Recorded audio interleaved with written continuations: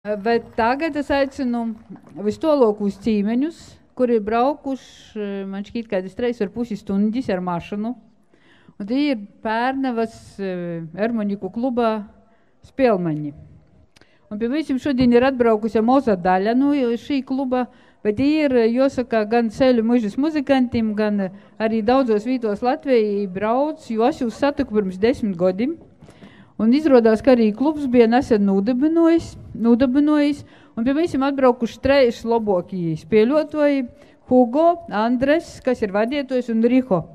Riho esot vispār atbraucis pirmo reizi tādā sastāvā spēļos.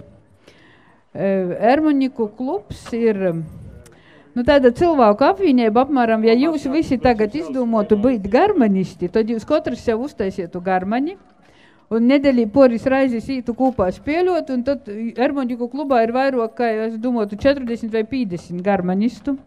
Viņi visi ir, daļa no viņiem poši mok taisāt garmanis, visvairāk garmani ir uztaisies Mati, kas ir šī kluba vadietojs, kas šodien nav atbraucis, bet viena garmana tāda moksoja apmēram 6,000. I šodien garmani spēļos vadietojs Andres, un porējiem palīdzās.